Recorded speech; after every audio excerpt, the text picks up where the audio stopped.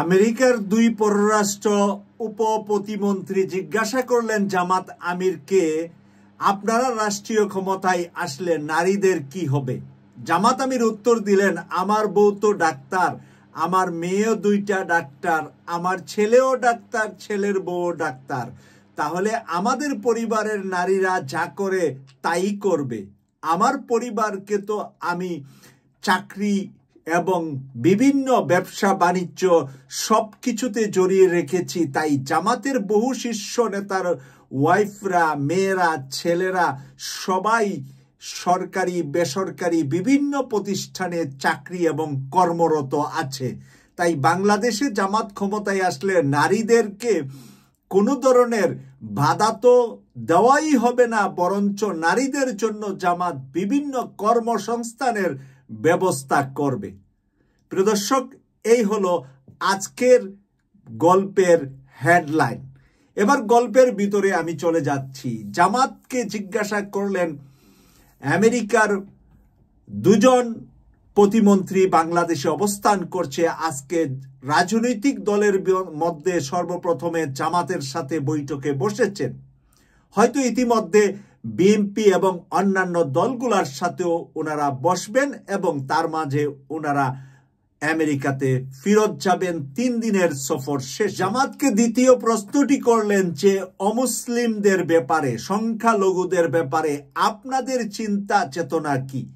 জামাতের আমির উত্তর দিলেন যে 5ই অগাস্ট স্বৈরাচার হাসিনা যে নাকি এই তাবিজ বিক্রি করত যে এই দেশে অমুসলিমরা, এই দেশের সংখ্যালঘুরা আওয়ামী লীগ ছাড়া আর কেউ নিরাপত্তা দেয় না বা আওয়ামী লীগ ছাড়া আর কেউ তাদের সহযোগিতা করে না, তার প্রমাণ হলো 5ই অগাস্টে আওয়ামী লীগ পালিয়ে যাওয়ার পরে বাংলাদেশ জামাত ইসলামীর নেতাকর্মীরা, ছাত্র শিবিরের নেতাকর্মীরা, মাদ্রাসার ছাত্ররা, হেফস মাদ্রাসা পড়ুয়া হাফেজরা বাংলাদেশের মন্দির মসজিদ একই সাথে পাহারা দিয়েছে। একই সাথে হিন্দু ধর্মের মানুষের বাড়িগুলা, বৌদ্ধ ধর্মের মানুষের বাড়িগুলা, খ্রিস্টান ধর্মের মানুষের বাড়িগুলা পাহারা দিয়েছে, যাতে করে কোনো ধরনের খারাপ কাজ করে এই দেশে কোনো বিশৃঙ্খলা সৃষ্টি না করতে পারে। তাহলে দ্বিতীয় প্রশ্নের উত্তরও সন্তোষজনক পেয়ে গেলেন আমেরিকা। আমেরিকাকে আরেকটি কথা জামাত আমির বললেন যে এই যে 37% ট্যাক্স বাংলাদেশের উপরে আপনারা বসানোর জন্য পরিকল্পনা করেছেন, সেই পরিকল্পনা বর্তমান সময়ে বাংলাদেশের যে সিচুয়েশন, আমরা মাত্র স্বাধীনতা অর্জন করেছি 8 মাস আগে, এই দেশটাকে আপনারা যদি সহযোগিতা না করেন আমরা দেশটাকে উপরের দিকে নিয়ে যেতে পারবো না। তাই আপনারা এই যে এক্সট্রা নতুন ট্যাক্সের পরিকল্পনা করছেন, সেখান থেকে আমাদের পক্ষ থেকে একটি সবিনয় অনুরোধ আমেরিকার প্রেসিডেন্ট ডোনাল্ড ট্রাম্পের কাছে পৌঁছিয়ে দিবেন, বাংলাদেশকে যেন এই 37% নতুন কোনো ট্যাক্সের উপরে না জড়ান। প্রিয় দর্শক, এভাবেই আলোচনাগুলা আজকে প্রশ্ন উত্তরের মতো হয়েছে। জামাত আমির এবং জামাতের সেক্রেটারি অধ্যাপক মিয়া গোলাম পরোয়ারের সাথে আমেরিকা থেকে আসা দুজন পররাষ্ট্র উপমন্ত্রীর সাথে, একজন নারী আরেকজন পুরুষ, 2 মন্ত্রী এবং 2x2 এই 4 পিপুলের একটি গুরুত্বপূর্ণ বৈঠক আজকে হয়েছে। জামাতের পক্ষ থেকে এই 2 জন প্রতিনিধিত্ব করেছেন, আর আমেরিকা থেকে ডোনাল্ড ট্রাম্পের পক্ষ থেকে 2 প্রতিমন্ত্রী প্রতিনিধিত্ব করেছে। প্রিয় দর্শক, 2 জন প্রতিমন্ত্রী বাংলাদেশে এসে সর্বপ্রথমে আজকের প্রথম তাদের বৈঠকটি ছিল বাংলাদেশের বিশ্ববিদ্যালয়ের ভিসি এবং শিক্ষকদের সাথে। শিক্ষা নিয়ে তারা কথা বলেছেন। এরপরে রাজনৈতিক দলগুলোর মধ্য থেকে জামাতের সাথেই সর্বপ্রথম বৈঠকটি তারা করেছেন এবং তাদের এই সফরের দ্বিতীয় বৈঠকটি ছিল জামাতের সাথে। তাহলে রাজনৈতিক দলগুলোর মধ্য থেকে জামাতকে কেন সর্বপ্রথমে তারা বেছে নিলেন? জামাতের সাথেই কেন সর্বপ্রথম বৈঠকটি করলেন? আরো অনেক দলের সাথে তারা বৈঠক করবেন।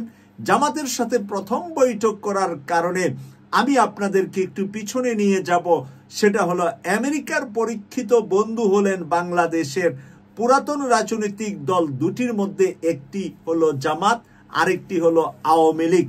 কারণ বিএনপি ৭৭ সালের আগে জন্ম হয় নাই। বিএনপির জন্মের আগে বাংলাদেশের পুরাতন দল হিসাবে দুইটি দল রাজনীতির মাঠে খুব সক্রিয় আছে।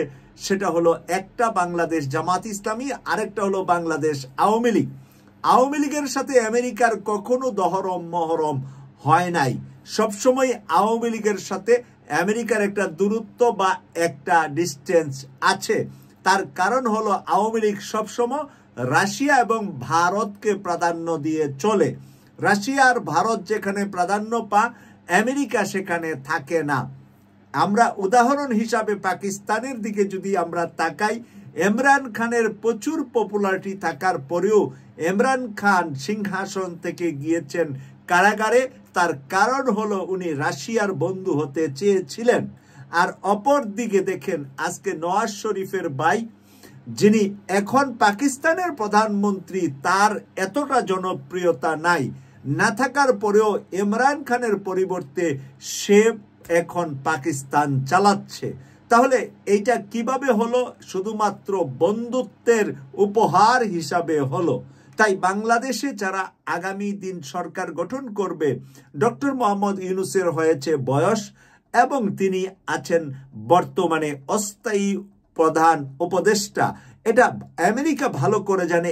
1 বছর পরে হোক আর 2 বছর পরে হোক, গণতান্ত্রিক উপায়ে বাংলাদেশের নির্বাচনে বিএনপি অথবা জামাত যে কোনো একটা রাষ্ট্র গঠনের দায়িত্ব নিবে, রাষ্ট্রের প্রধান হিসাবে থাকবে, আরেকটি থাকবে বিরোধী দলের প্রধান হিসাবে।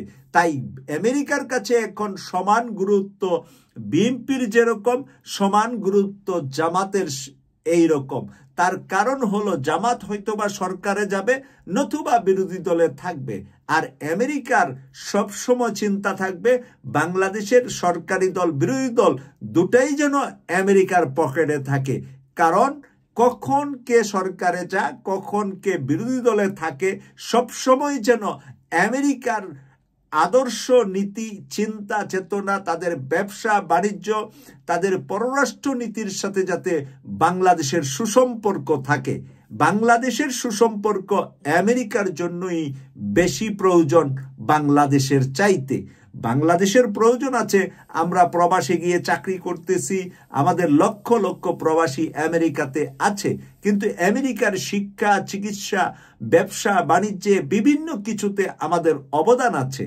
আমাদের লোকেরা সেখানে অনেক এডুকেটেড, অনেক শিক্ষক বিশ্ববিদ্যালয় থেকে শুরু করে প্রাইমারি স্কুল পর্যন্ত। তাই তাদেরও দরকার আছে আমাদেরকে। তাই বাংলাদেশে স্পেশালি আমেরিকার দরকার।